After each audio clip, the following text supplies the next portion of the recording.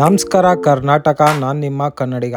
ನಾನಿವತ್ತು ನಿಮ್ಮನ್ನ ಎಲ್ಲಿ ಕರ್ಕೊಂಡು ಹೋಗ್ತಾ ಇದ್ದೀನಿ ಅಂದರೆ ರಾಯಚೂರು ಜಿಲ್ಲೆಯ ಲಿಂಗಸೂರು ತಾಲೂಕಿನ ದೇವರ ಭೂಪರ ಎಂಬ ಗ್ರಾಮದಲ್ಲಿರುವ ಶ್ರೀ ಗೊರಗುಂಟ ಅಮರೇಶ್ವರ ದೇವಸ್ಥಾನಕ್ಕೆ ನಾನಿವತ್ತು ನಿಮ್ಮನ್ನು ಕರ್ಕೊಂಡು ಹೋಗ್ತಾ ಇದ್ದೀನಿ. ಈ ದೇವಸ್ಥಾನದ ವಿಶೇಷತೆ ಏನು ಅಂತಂದರೆ, ಈ ದೇವಸ್ಥಾನವು 2ನೇ ಶತಮಾನದಲ್ಲಿ ಜಟಿಂಗ ಮಹಾರಾಜರ ಕಾಲದಲ್ಲಿ ನಿರ್ಮಾಣವಾಗಿರುತ್ತದೆ. ಇನ್ನೂ ಹೆಚ್ಚಿನ ಮಾಹಿತಿಯನ್ನು ಈ ದೇವಸ್ಥಾನದ ಪುರೋಹಿತರಾದಂತಹ ಶ್ರೀ ಗಂಗಾಧರಯ್ಯ ಅವರು ತಿಳಿಸ್ಕೊಡ್ತಾರೆ. ದಯವಿಟ್ಟು ಈ ವಿಡಿಯೋನ ಸ್ಕಿಪ್ ಮಾಡದೆ ನೋಡಿ ಅಂತ ಹೇಳ್ತಾ ಈ ವಿಡಿಯೋನ ಮುಂದುವರಿಸ್ತಾ ಇದ್ದೀನಿ.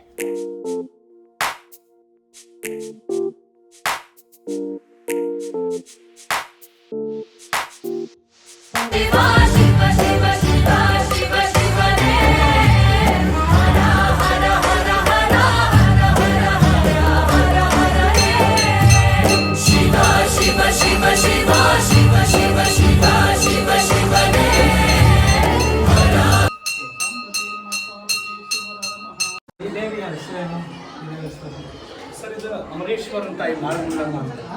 ಈ ಅಮರೇಶ್ವರ ಮೂಲ ಲಿಂಗು ತಾವೆಲ್ಲ ನೋಡಿದ್ರೆ ಮುಂಚೆನೆ ಅವ್ರ ತಾಯಿ ಮಾಳಗುಂಡಮ್ಮ ಅಂತ. ಈ ಅಮರೇಶ್ವರನ ತಾಯಿ ಆಗಿರ್ತಕ್ಕಂಥ ಮಾಳಗುಂಡಮ್ಮ ಮತ್ತು ತಂದೆ ಆಗಿರ್ತಕ್ಕಂಥ ಆದಾಯ ಮೂಲತಃ ಇವರು ದೇವತೆಗಳು, ಗಂಧರ್ವರು. ಒಂದ್ಸಲ ಏನಾಗಿತ್ತಂದ್ರೆ, ಗೌತಮ ಮಹರ್ಷಿಗಳು ನಂದೀಶನ ಚರಿತ್ರೆ ಹೇಳುವಾಗ ಇವರಿಬ್ಬರು ದಂಪತಿಗಳು ಕಾಮಚೇಷ್ಟೆಯನ್ನು ಆಡ್ತಾರೆ. ಅದನ್ನು ನೋಡಿರ್ತಕ್ಕಂಥ ಗೌತಮ ಮಹರ್ಷಿಗಳು ಅವ್ರಿಗೆ ಶಾಪ ಕೊಡ್ತಾರೆ. ಏನಂದ್ರೆ, ನೀವು ಭೂಲೋಕಕ್ಕೆ ಹೋಗಿ ಮಕ್ಕಳಾದಂಗೆ ಆಗಲಿ ಅಂತ. ಅಪುತ್ರಶ್ಯ ಗತಿರ್ನಾಸ್ತಿ, ಮಕ್ಕಳಿಲ್ಲ ಅಂದ್ರೆ ಮೋಕ್ಷ ಇಲ್ಲ, ಮತ್ತೆ ನಮಗೆ ಮೋಕ್ಷ ಇಲ್ಲ, ಮತ್ತೆ ಮತ್ತೆ ಮಾನವರಾಗಿ ಬಿಡ್ತೀವಿ, ನಮಗೆ ಏನಾದರೂ ಮೋಕ್ಷ ಕರುಣಿಸಂತ ಪರಿಪರಿಯಾಗಿ ಗೌತಮ ಮಹರ್ಷಿಗಳ ಹತ್ರ ಬೇಡ್ಕೊಂಡಾಗ ಗೌತಮ ಮಹರ್ಷಿಗಳು ಹೇಳ್ತಂದ್ರೆ, ಶಾಪ ಕೊಡೋದು ಮಾತ್ರ ನನಗೆ ಗೊತ್ತಿರ್ತಕ್ಕಂಥದ್ದು, ಶಾಪ ವಿಮೋಚನೆ ಮಾಡ್ತಕ್ಕಂಥ ಶಕ್ತಿ ಆ ಶಿವನ ಹತ್ರ ಅದ, ನೀವು ಶಿವನ ಹತ್ರ ಹೋಗ್ರಿ ಅಂದಾಗ ಆ ಇಬ್ಬರು ದಂಪತಿಗಳು ಶಿವನ ಹತ್ರ ಬಂದು ಪರಿಪರಿಯಾಗಿ ಬೇಡ್ಕೊತಾರೆ. ಇಲ್ಲ, ಕೊನೆಯ ಸಂದರ್ಭದಲ್ಲಿ ನಾನೇ ನಿಮ್ಮ ಮಗನಾಗಿ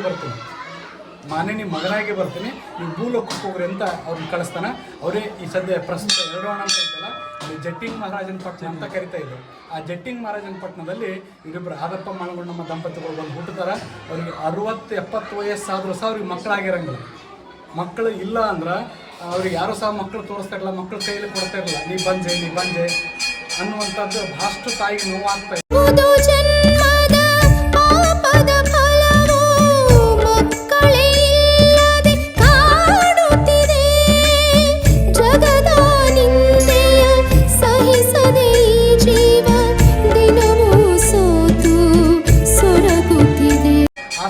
ಸಾಕ್ಷಾತ್ ಶಿವ ಬಾಲಕನ ರೂಪವನ್ನು ಧರಿಸಿ ಬಂದು ಅವರಿಗೆ ಮಗನಾಗ್ತಾನೆ. ಆ ಮಗನೇ ಅಮರೇಶ್ವರ.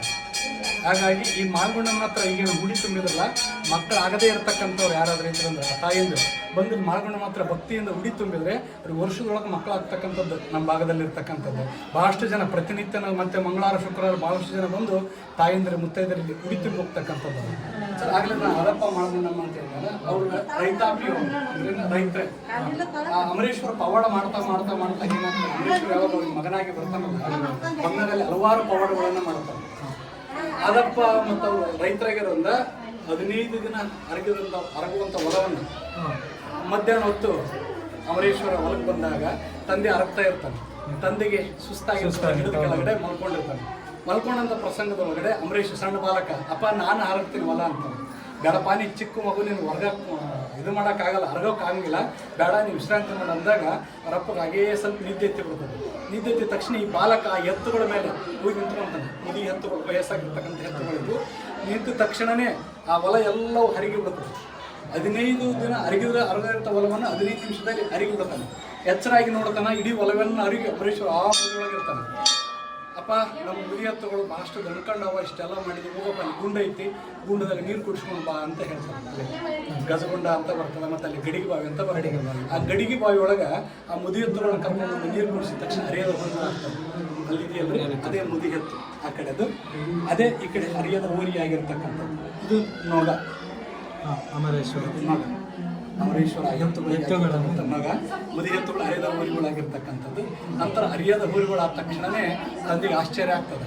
ಅಲ್ಲಪ್ಪ, ನಮ್ಮ ಮುದಿ ಎತ್ತುಗಳು ನೀನು ಹರಿಯದ ಹೋರಿ ಪಡ್ಕೊಂಡು ಬಂದಿಲ್ಲ, ಯಾರು ಇವು, ಯಾಕೆ ತೊಗೊಂಡು ಬಂದಿ ನೀನು, ಈ ಥರ ಕಳತನ ಮಾಡೋದಲ್ಲಪ್ಪ ಅಂತ ಆ ಬಾಲಕಿ ತಂದೆ ಹೇಳಿದಾಗ, ಇಲ್ಲಪ್ಪ ಇವು ನಮ್ಮವೇ ಎತ್ತುಗಳು, ಆ ಗುಂಡದೊಳಗೆ ನೀರು ಕುಡಿಸಿದೆ, ಆ ಗುಣದಾಗ ನೀರು ಕುಡಿಸಿದ ತಕ್ಷಣ ಆ ಎತ್ತುಗಳೆಲ್ಲವೂ ಮುದಿವಿರ್ತಕ್ಕಂಥ ಹರಿಯದ ಹೋರಿಗಳಾದವು ಅಂತ ತಿಳ್ಕೊಂಡು ಆ ಬಾಲಕ ಹೇಳ್ತಾನೆ. ಅಲ್ಲಪ್ಪ, ನಾನು ಇಷ್ಟು ವರ್ಷ ಅದೇ ಗುಣದಲ್ಲಿ ನೀರು ಕುಡಿಸಿದ್ದೆ, ನನಗೆ ಹರಿಯದ ಹೋರಿಗಳಾಗಿ ಆಗದೇ ಇರ್ತಕ್ಕಂಥ ನಿನಗೆ ಹೆಂಗೆ ಆಗ್ತಾವ ಬಾ ನೋಡೋಣ ಅಂತ ಕರ್ಕೊಂಡು ಬಂದಾಗ ಆ ಮುದಿ ವಯಸ್ಸಾಗಿರ್ತಕ್ಕಂಥ ಅದಪ್ಪನವರು ಒಳಗಿಳಿದು 3 ಬಗ್ಸಿ ನೀರು ಕುಡಿದ ತಕ್ಷಣವೇ ಅವರು ಸಹ ಅರಿಯದವ್ರು ಆಗ್ತಾರೆ. ಅದಪ್ಪನ ಗದ್ದಿಗೆ ನೋಡೋಣ ಅವ್ರು ಅರಿಯೋದಾಗ್ತಾರೆ. ಅಷ್ಟೊತ್ತಿಗೆ ಮಾಲ್ಗುಂಡಮ್ಮ ಬುತ್ತಿ ಹೊತ್ಕೊಂಡ್ ಬರ್ತಾಳ. ಬುತ್ತಿ ಹೊತ್ಕೊಂಡ್ ಬಂದ ತಕ್ಷಣ ಆಕೆಗೆ ಎಲ್ಲವೂ ಆಶ್ಚರ್ಯ. ಮಗ ಒಬ್ಬವನು ಕಾಣ್ತಾ ಇದ್ದಾನೆ, ಮುದಿ ಹತ್ತಿದ್ದು ಅರಿಯದ ಊರುಗಳಾಗಿದ್ದಾವೆ. ತಂದೆ ಅಂದರೆ ಗಂಡ ಮುಪ್ಪಾಗಿರ್ತಕ್ಕಂಥ ವಯಸ್ಸಲ್ಲಿದ್ದಾನೆ. ಆಶ್ಚರ್ಯ ಆದಾಗ ಯುವಕ ಅಂದ್ರೆ ಆದಾಯ ಕೇಳ್ತಾಳ, ನನ್ನ ಗಂಡ ಆದಾಯ ಏನಿಲ್ಲಪ್ಪ ಅಂದಾಗ ಅವ ಹುಡುಗ ಅಂತಾನೆ, ಅಂದರೆ ನನ್ನ ವಯಸ್ಸಿಗೆ ಬಂದಂತ ಇಲ್ಲ ಮಾಡ್ಕೊಂಡ ನಾನೇ ನಿನ್ನ ಗಂಡ ಅಂತ. ನನ್ನ ಗಂಡ ನೀನಲ್ಲಪ್ಪ, ವಯಸ್ಸಾಗಿರ್ತಕ್ಕಂಥ ಆದಾಯ ಸ್ವಾಮಿ ನೀನು ಎಲ್ಲ ಅಂದಾಗ ಇಲ್ಲ ಗುಡ್ಡದಾಗ ನೀರು ಕುಡಿದ್ವಿ, ಇಲ್ಲಿ ನೀರು ಕುಡಿದು ನಾವು ಆಗಿದ್ದೀವಿ ಅಂದ ತಕ್ಷಣ ಮತ್ತೆ ಮಾಡ್ಕೊಂಡು ಕರ್ಕೊಂಡು ನೀರು ಕುಡಿಸ್ತಾರೆ. ಅಕ್ಕಿನ ಸಹ 18-20 ವರ್ಷದ ಬಾಲಕಿ ಆಗುವಂಥದ್ದು ಆಗ್ತಾರೆ, ಯುವತಿ ಆಗ್ತಾಳೆ. ಹೀಗೆ ಅಂಬರೀಶ್ವರ ಪವಾಡ ಇಡೀ ಎಲ್ಲ ಯಾರು ಭಯಭಕ್ತಿಯಿಂದ ಈ ಮಾಲ್ಗುಂಡಮ್ಮನ ಬೇಡ್ಕೊಂಡಲ್ಲ ಇಷ್ಟಾರ್ಥಗಳೆಲ್ಲವೂ ಸಿದ್ಧಿ ಆಗುವಂಥವುಗಳಾಗ್ತವೆ.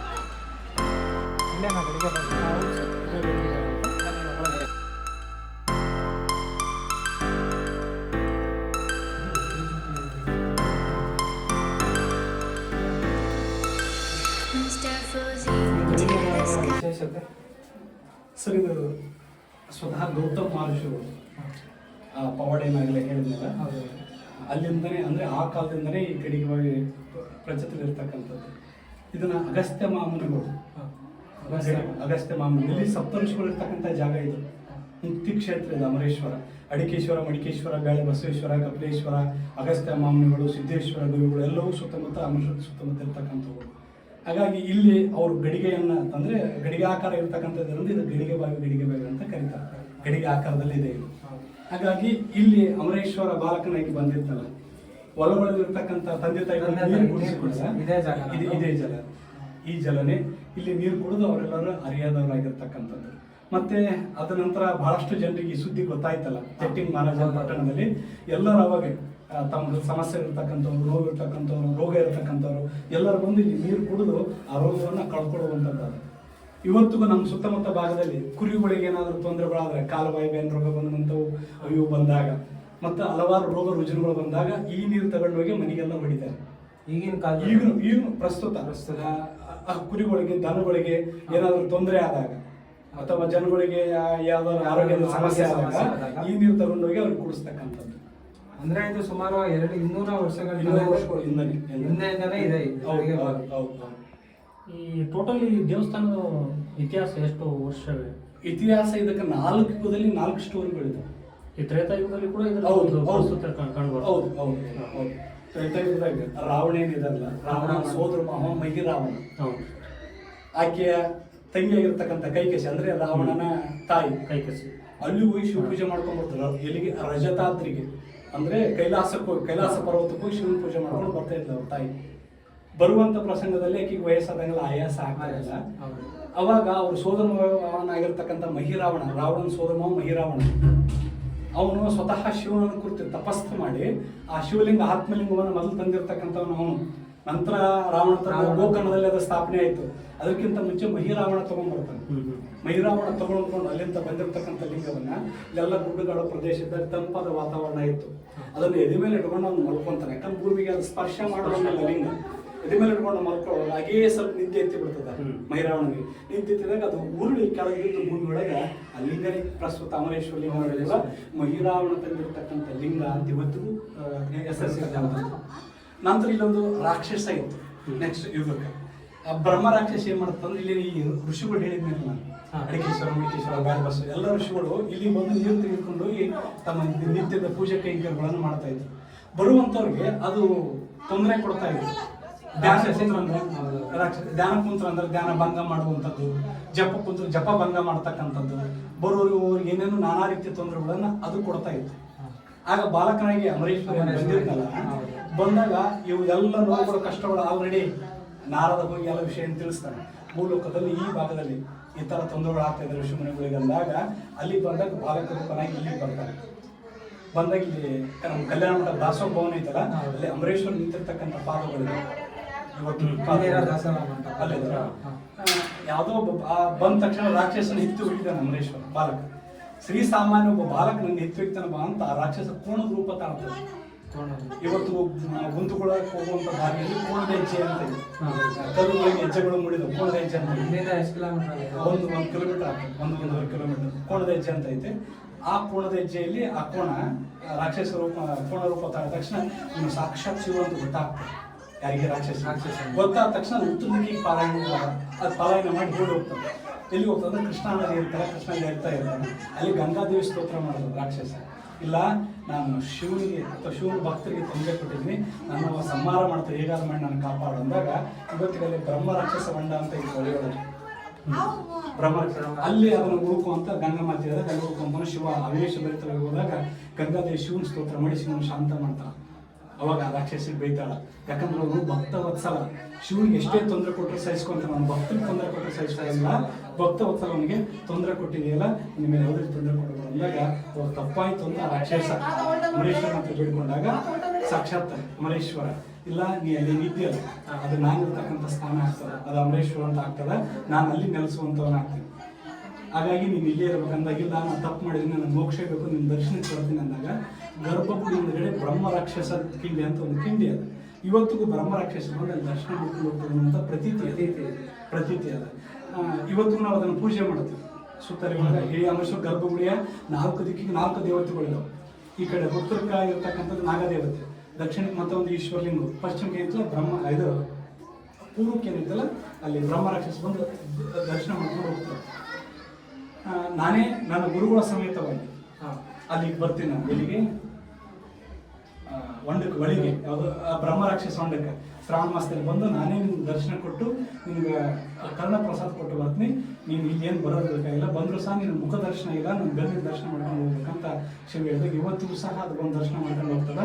ಶ್ರಾವಣ ಮಾಸದಲ್ಲಿ ಗುರುಗಳು ಪಲ್ಲಕ್ಕಿ ಭಕ್ತರು ಎಲ್ಲರೂ ಒಳಗೂಡಿ ಬ್ರಹ್ಮ ರಾಕ್ಷಸ ಹೊಂಡಕ್ಕೆ ಹೋಗಿ ಅಲ್ಲಿ ಸ್ನಾನ ಮಾಡಿ ಆ ಬ್ರಹ್ಮ ರಾಕ್ಷಸ ಇವತ್ತಿಗೂ ಕರ್ಣ ಪ್ರಸಾದ ನೀವು ಎಲ್ಲವನ್ನು ಕೊಟ್ಟು ಅಂಬರೀಶ್ವರ ದರ್ಶನ ಕೊಟ್ಟು ಬರ್ತೀವಿ.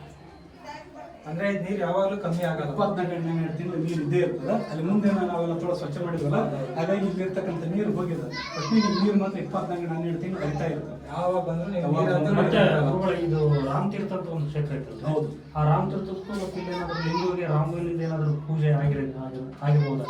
ಯಾಕಂದ್ರೆ ಇದು ರಾಮ ನಡ್ಕೊಂಡು ಹೋಗಿರ್ತಕ್ಕಂಥ ದಾರಿ. ಎಲ್ಲಿಗೆ ಲಂಕೆಗೆ ಹೋಗ್ಬೇಕಾದ್ರೆ ಕಿಷ್ಕಿಂದ ಇದೇ ಮಾರ್ಗವಾಗಿ ಬಂದಿರ್ತಕ್ಕಂಥದ್ದು. ಅಮರೇಶ್ವರನ ದರ್ಶನ ಮಾಡ್ಕೊಂಡು ಇಲ್ಲಿ ಪೂಜೆ ಮಾಡಿ ಹೋಗಿದ್ದಾರೆ. ತದನಂತರ ಅಲ್ಲಿ ಬಾಯಾರಿಕೆ ಆದಾಗ, ಸೀತೆಗೆ ಬಾಯಾರಿಕೆ ಆದಾಗ ಅಲ್ಲಿ ತಾನು ಬಾಣವನ್ನು ಬಿಟ್ಟು ನೀರು ಬಂದಿರ್ತಕ್ಕಂಥ ಜಾಗ ಅದು ರಾಮತೀರ್ಥ. ಆ ನೀರನ್ನ ಸೀತಾಮಾತೆ ಕುಡಿಸ್ತಾರೆ.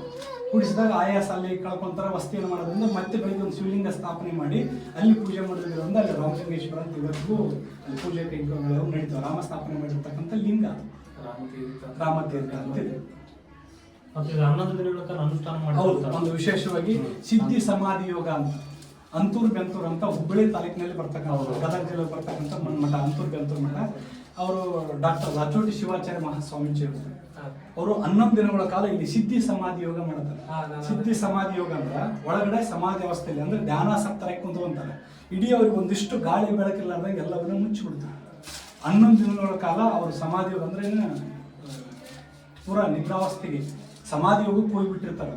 11 ದಿನ ಆದ ತಕ್ಷಣ ಅವರಿಗೆಲ್ಲ ಅದೆಲ್ಲ ಪೂಜೆ ಮಾಡಿ ಅವ್ರನ್ನ ತೆಗೆದು ಹೊರಗಡೆ ಕರ್ಕೊಂಡು ಬಂದು ಅವರಿಗೆಲ್ಲ ಅಭಿಷೇಕವನ್ನು ಮಾಡಿ ನಂತರ ಅವ್ರನ್ನ ಇದು ಮಾಡಿರ್ತಕ್ಕಂಥದ್ದು. ಅಂದ್ರೆ ಇಲ್ಲೆಲ್ಲ ಋಷಿ ಮುನಿಗಳು, ತಪಸ್ಸುಗಳು, ಮತ್ತೆ ಯಾರಾದ್ರೂ ಹೊಸದಾಗಿ ಮಠಾಧಿಪತಿಗಳಾಗ್ತಾರೆ, ಶಿವಾಚಾರ್ಯ, ಅವ್ರು ಬಂದು ಅನುಷ್ಠಾನ ಮಾಡ್ತಕ್ಕಂಥ ಜಾಗಗಳು ಇದೇ ಜಾಗದಲ್ಲಿ ಇಲ್ಲಿ ಮಾಡ್ತಾರೆ. ಅಲ್ಲಿ ಮೇಲ್ಗಡೆ ಒಂದು ಅಲ್ಲಿ ಮಾಡ್ತಾರೆ ಅನುಷ್ಠಾನ ಮಾಡಿರ್ತಕ್ಕಂಥ ಜಾಗಗಳು. ಇವತ್ತಿಗೂ ಯಾರಾದ್ರೂ ನಮ್ಮ ಸುತ್ತಮುತ್ತ ಭಾಗದ ಮಠಾಧಿಪತಿಗಳು ಬಂದು ಪ್ರಸ್ತುತ ಮಾಡಿರ್ತಕ್ಕಂಥದ್ದು ನಮ್ಮ